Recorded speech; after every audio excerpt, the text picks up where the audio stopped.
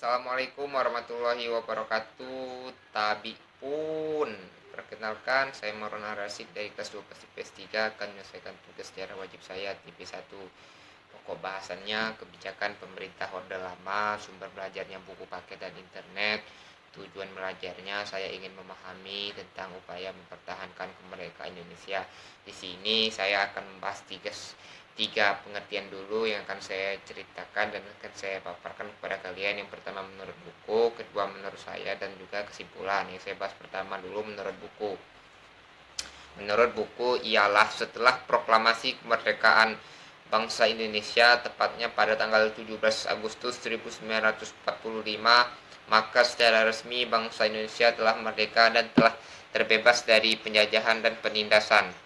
Namun tidak demikian, gangguan pun terus datang dan terus menghampiri bangsa Indonesia.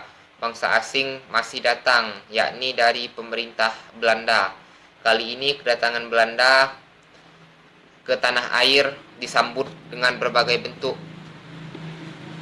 perlawanan, pertempuran antara pihak Indonesia dan pihak Belanda, seperti pertempuran Surabaya, pertempuran Ambarawa, pertempuran Medan Area, Linggajati, Bandung Lautan Api, perjanjian Renville, perjanjian Romroyen, dan juga KMB. Pada tanggal 17 Agustus 1945, Indonesia oleh Soekarno-Hatta dan juga oleh Muhammad Hatta atas nama bangsa Indonesia. Tepatnya lagi, kemudian pada tanggal 18 Agustus 1945, PKI telah menciptakan maupun mencetuskan Undang-Undang Dasar 1945 serta memilih Insinyur Soekarno-Hatta dan juga Muhammad Hatta sebagai presiden dan wakil presiden kala itu.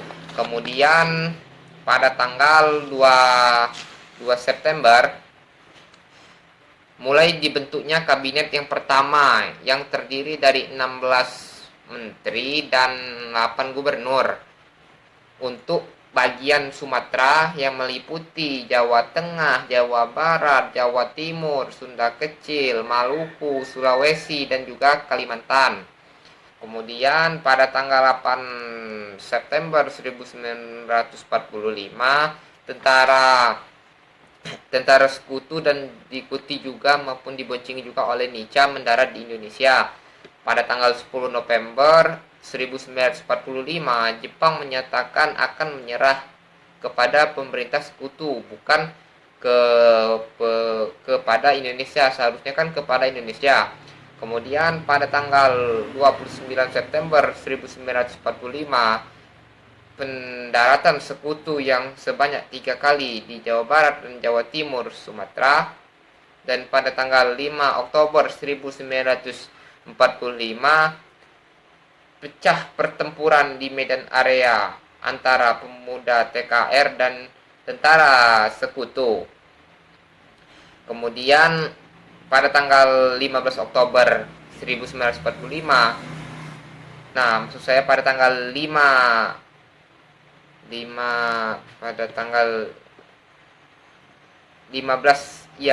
Oktober maksud saya, telah tepatnya dini hari di Semarang, telah terjadi pertempuran sengit antara TKR melawan tentara Jepang. Pada tanggal 4 Januari 1946 di Padang terjadi pertempuran besar antara Inggris dan juga Indonesia.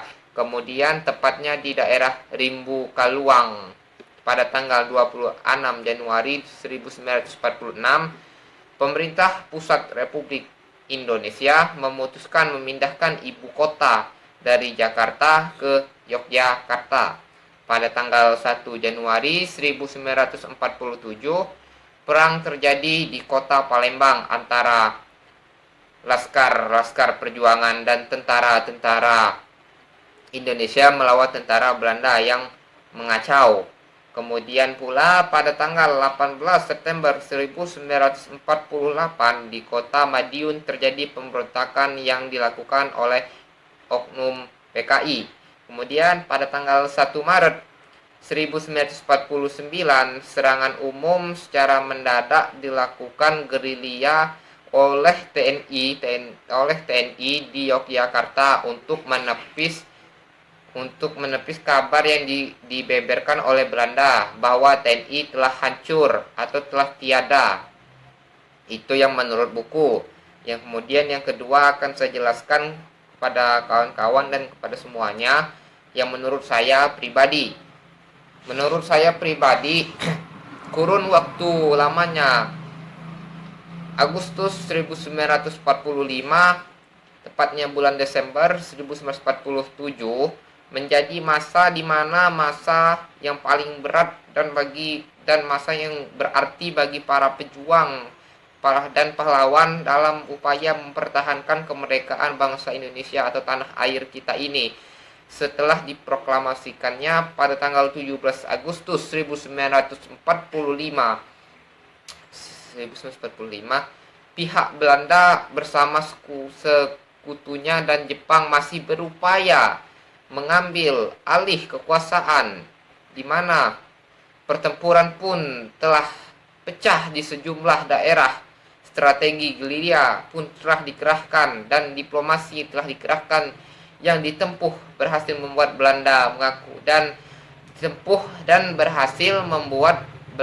mengakui kedaulatan bangsa Indonesia.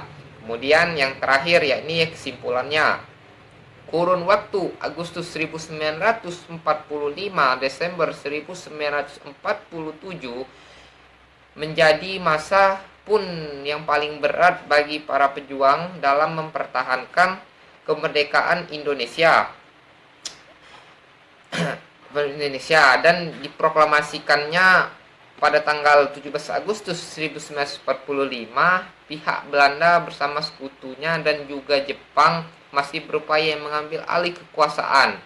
Pertempuran pun pecah di sejumlah daerah seperti pertempuran Surabaya, pertempuran Ambarawa, pertempuran Medan Area, Bandung Lautan Api, habis itu juga ada Bandung Lautan Api, serta upaya diplomasi seperti perjanjian Linggajati, Renville, dan Romroyen dan KMB.